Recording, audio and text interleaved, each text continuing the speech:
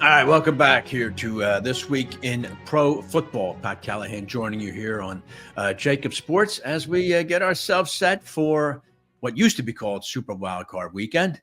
It's always super having this gentleman on here, the host of the Matchup Show on ESPN and ESPN's national correspondent for the National Football League and a game analyst, Sal Paolantonio. Sal, how you doing? Pat, we're doing good. We're at NovaCare. Just got out of the locker room, just got off the practice field, watched Jalen Hurts practice. I was impressed. I really was. He was moving well. The ball was coming out of his hands, crisp and clean. Had plenty of rotation on the football, throwing with confidence, moving with confidence. They were working on balance drills because balance is such an important thing coming out of a concussion.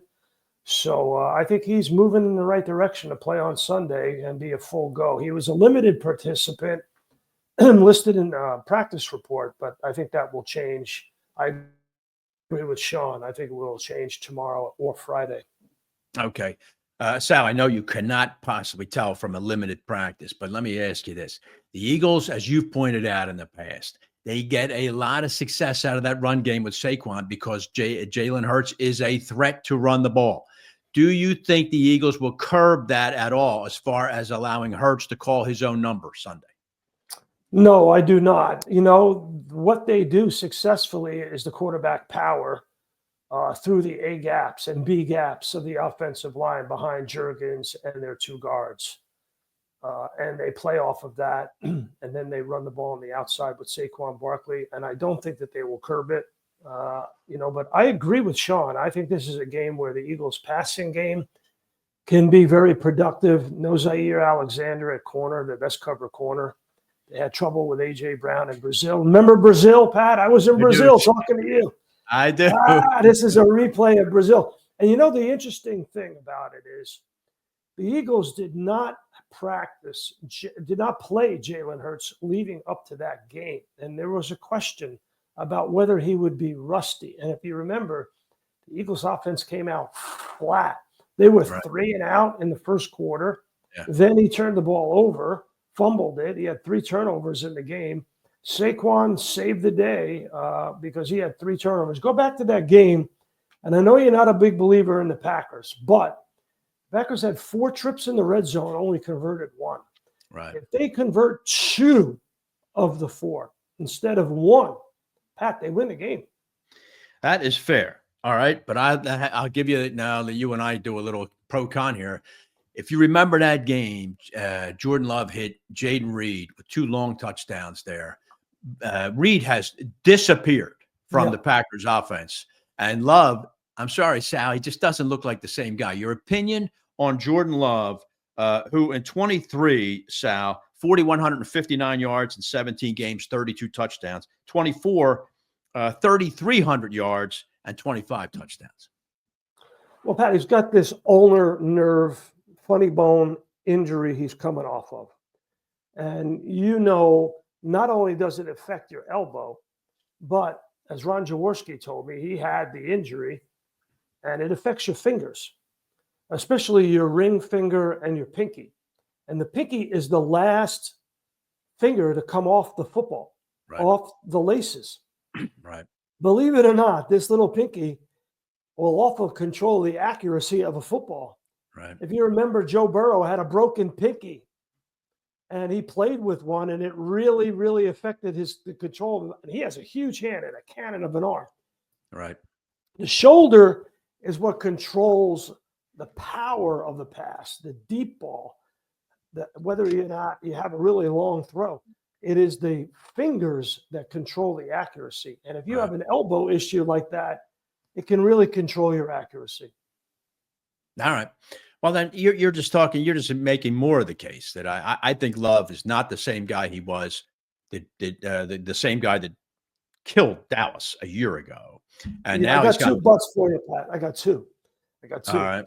So Matt LaFleur is 19-16 outright as an underdog. I bet you Sean didn't know that. 19-16. Only coach in the Super Bowl era to have a winning record outright as an underdog. Only one. How about that? Yep. Yeah, it includes the playoffs. And the Eagles are 8-11 in wild card games. They played the most wild card games in NFL history, 19. They're 8-11. And they haven't won a wild card game at home since 2006 when Jeff Garcia was your quarterback. Well, now that you would give me a perfect segue there, let me just mention that, yes, the Eagles are 0-3 in their last three. They lost to Green Bay in 2010, New Orleans in 2013, Seattle in 2019, Sal.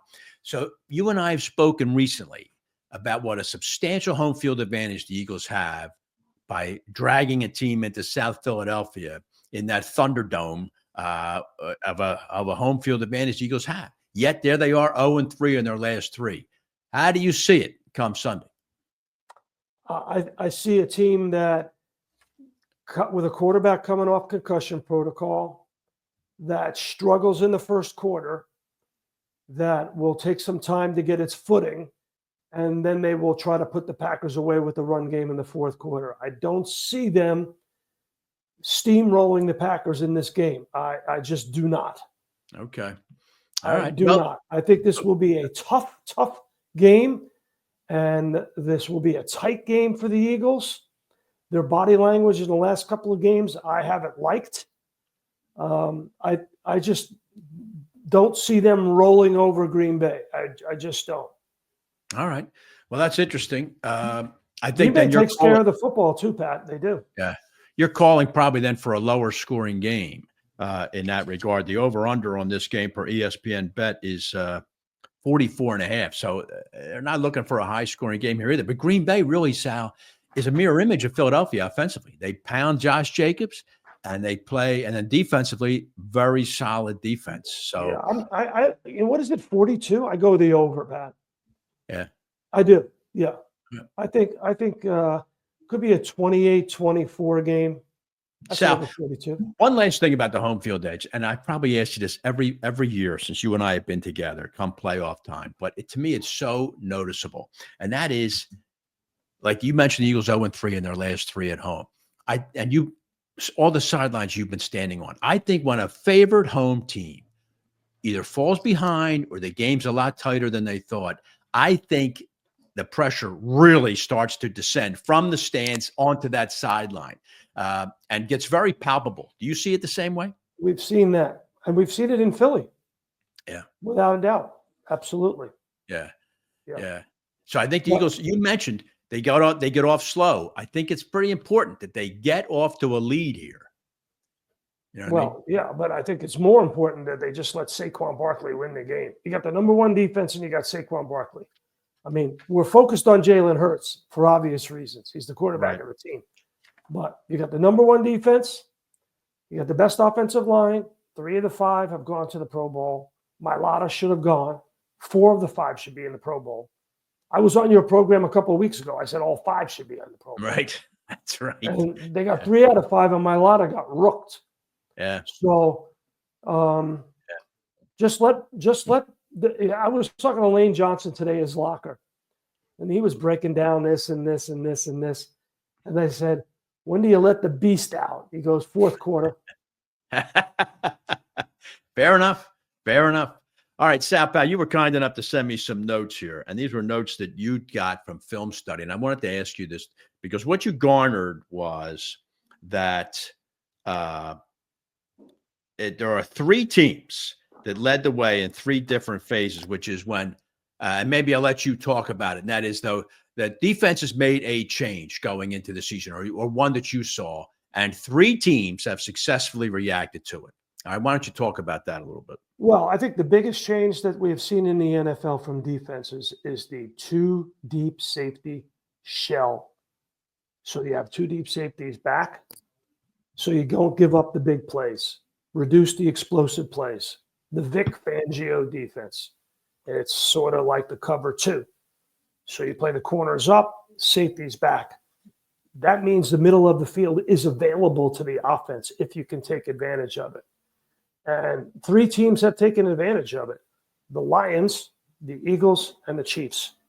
Kelsey, Laporta, and Goddard. Right. And what you saw in that Minnesota boat racing of Detroit, I heard you use that with Sean Green, Right. That's was right. was they left the middle of the field available, and the Vikings never took advantage of it. Right. So Right. you're a student of the game, Pat. You're a student of the game. Aaron Glenn coached under Rex Ryan.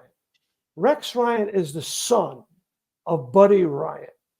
Buddy Ryan invented the 46 defense, which is the number the safety of the Chicago Bears wore. And that 46 was making a beeline for the quarterback through the A-gaps pretty much every down. And that's what Aaron Glenn did to Sam Darnold. Now, when you do that, and Chris Collinsworth showed this on Sunday Night Football, when you do that, the middle of the field is available on short routes that are blitz beaters. But Kevin O'Connell, coach of the year, got out-coached by Aaron Glenn. Yeah. They blitzed Sam Darnold. They Right. had no blitz beaters available for Sam Darnold. Right. And Sam Darnold got sacked and he got harassed throughout the yeah. entire game. The ball was coming out high. Everybody knows when the ball comes out high, your feet are not set as your quarterback. They're not set. Right. That's why the ball is sailing on him. He was absolutely under the gun from the beginning. Yeah. That game was not Sam Darnold's fault. That was Kevin O'Connell's fault. All right.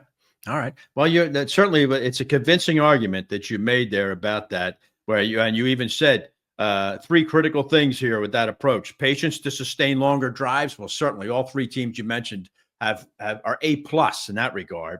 Quarterbacks must not commit turnovers. You just mentioned that a minute ago in terms of the Eagles game Sunday. And lastly, excellent offensive line play. Well, there you go. And the Eagles certainly score highly, very highly. So does Detroit. So does Kansas City in all three of those. And so it's no accident that they're the three top teams in the NFL. Here's what I think about the Eagles. If they win this game, this will be the toughest game for them in the postseason. This one. Okay. Not going to Detroit. Once they get some momentum and get rolling.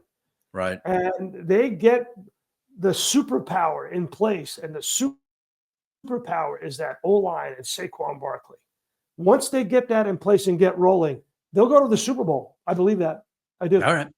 Talk about South Paolantonio. The only team that can go to Detroit and win the Super Bowl, the Eagles. All right. Now, I believe that. Now, that I firmly believe that no one else is going to Detroit and winning. I certainly agree with you there. The Vikings are done.